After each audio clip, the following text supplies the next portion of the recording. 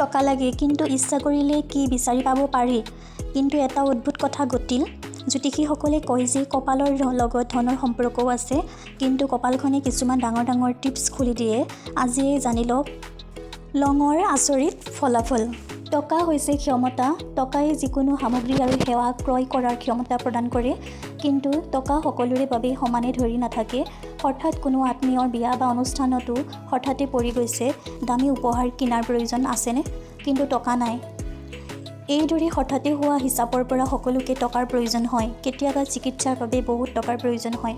এনে খৰচ যেতিয়া নিৰ্দিষ্ট আয়ৰ বাহিৰত পৰে তেতিয়া বহুতৰে চুলি পকি বগা হয়। কিন্তু জ্যোতিষীসকলে কৈছে যে কিছুমান নিয়ম পালন কৰি দুই এটা কাম কৰিলে হঠাৎ ধনৰ উৎস হৈ পৰিব পাৰে।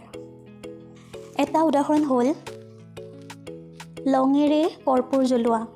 লং আৰু কৰ্পূৰ একেলগে জ্বলোৱাটো অতি শুভ বুলি মানা হয়। এই দুটা বস্তু একেলগে জ্বলাই ঘৰলৈ সুখ আৰু শান্তি আনে আৰু লগতে ঘৰ আৰু জীৱনৰ পৰা বহুতো নেতিবাচক শক্তি আঁতৰাই পেলায়। লং আৰু কৰ্পূৰ একেলগে জ্বলাই দিলে আৰু কি কি উপকাৰ হয় জানো আহক এই ভিডিঅ'টোৰ যোগেদি। লং আৰু কৰ্পূৰ একেলগে জ্বলাই দিলে কি কি উপকাৰিতা হয়। ৰাতি শুই উঠাৰ আগতে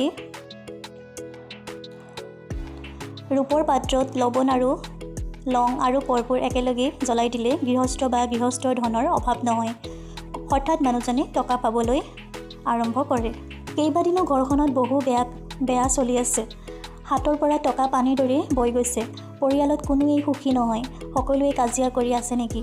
কাৰণ ঘৰখনত কিছু অশুভ শক্তি সোমাইছে। গতিকে ঘৰৰ পৰা ঋণাত্মক শক্তি আঁতৰাব বিচাৰিলে ঘৰতে দৈনিক কৰ্পূৰ সৈতে লং জ্বলাই দিব। ফলত পৰিয়ালৰ সদস্যসকলৰ মাজতো পাৰস্পৰিক প্ৰেম অটুট থাকিব।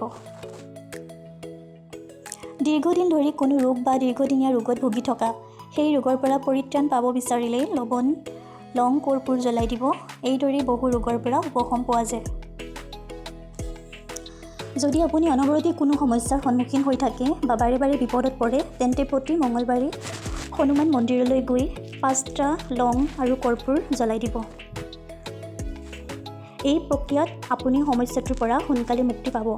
ঘৰতে লং আৰু কৰ্পূৰ ধোঁৱা ব্যৱহাৰ কৰি সুখ আৰু শান্তি কঢ়িয়াই আনিব। আপুনি ধোঁৱাখিনি গোটেই ঘৰখনতে বিয়পাই দিব। আপুনি দেখিব যে লাহে লাহে আপুনি সকলো বিপদৰ পৰা মুক্তি পাইছে।